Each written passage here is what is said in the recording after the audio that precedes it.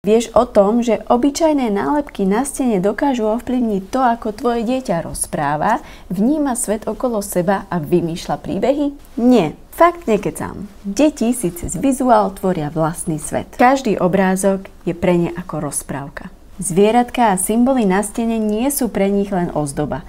Sú to prvé postavy ich príbehov. Deti sa s nimi rozprávajú, napodobňujú zvuky, dávajú im mená. A presne to pomáha rozvoju ich reči, fantázie aj vnímaniu sveta okolo. Jedna maminka mi raz písala, že jej dcéra dala všetkým zvieratkám na stene mená, číta im rozprávky a pred spaním im želá dobrú noc. A to všetko začalo obyčajnou nálepkou. Zmenila stenu, ale hlavne zmenila komplet atmosféru v izbičke. Chceš, aby aj tvojmu dieťaťu izbička pomáhala rozvíjať sa? Klikni na piper.sk a vyber si motív, ktorý sa ti páči.